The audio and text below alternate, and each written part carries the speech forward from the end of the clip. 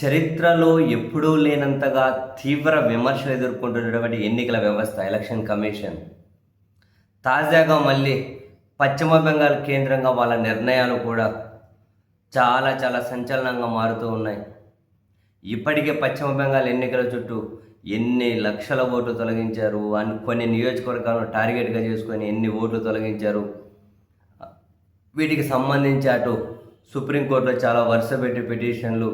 అసలు పశ్చిమ బెంగాల్ ఎన్నికలకు సంబంధించి ప్రతిదీ వివాదంగానే ఉంది. అక్కడ నియమించినటువంటి కేంద్రం నుంచి డెప్యుటేషన్ మీద వచ్చిన ఐపీఎస్ల దగ్గర నుంచి, కేంద్ర బలగాల దగ్గర నుంచి, స్ట్రాంగ్ రూమ్లో ఈవీఎం బాక్సులు పెట్టెలు అవి తెరిచారు అని ఆ వీడియోలు బయటకు వచ్చి ఒకటా రెండు అన్ని సంచలనంగానే. తాజాగా ఎలక్షన్ కమిషన్ తీసుకున్న నిర్ణయం బహుశా చరిత్రలో ఫస్ట్ టైం.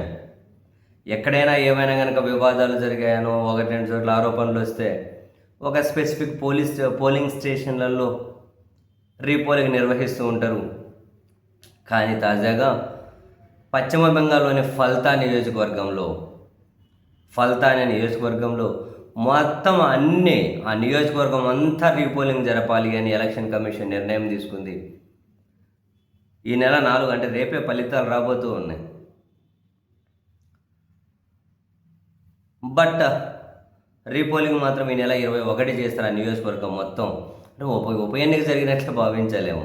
ఫలితాలు వచ్చేసిన తర్వాత మళ్ళీ జరుపుతున్నారు. ఈ నెల 21 అండ్ 24న ఫలితాలు ప్రకటిస్తారట.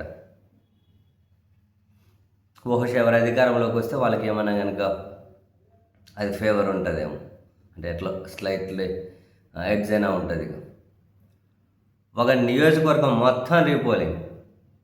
ఎందుకనంటే అక్కడ చాలా వివాదాలు వచ్చాయి, చాలా విమర్శలు వచ్చాయి, చాలా ఫిర్యాదులు వచ్చాయని ఎలక్షన్ కమిషన్ నిర్ణయం తీసుకుందట.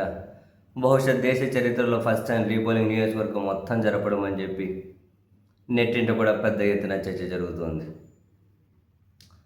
సరే, ఫలితాలు ఎలా రాబోతున్నాయి అన్నది మనం పోలింగ్ జరిగిన సరళి మీదనో లేదా ఎగ్జిట్ పోల్స్ మీదనో వీటి మీద ఆధారపడి మనం ఏమంటారు ఒక కన్క్లూజన్కి రాలేమేమో. ఆ ఎన్నికల ఫలితాలు వచ్చిన తర్వాత అప్పుడు కొన్ని అఫీషియల్గా కొన్ని మ్యాజిక్లు బయటకు వస్తే అప్పుడు ఒక క్లారిటీ రావాలి. అసలు ఎన్నికలు ఎలా జరిగాయి, సక్రమంగా జరిగాయా, లేకపోతే ఇంకా విమర్శలు మళ్ళీ పెరుగుతూ పోయే విధంగా ఎన్నికల కమిషన్ మీద అనుమానాలు ఏమైనా బయటకు వస్తాయా. అసలు ఫలితాలు వచ్చిన తర్వాత ఒక క్లారిటీ వస్తుంది.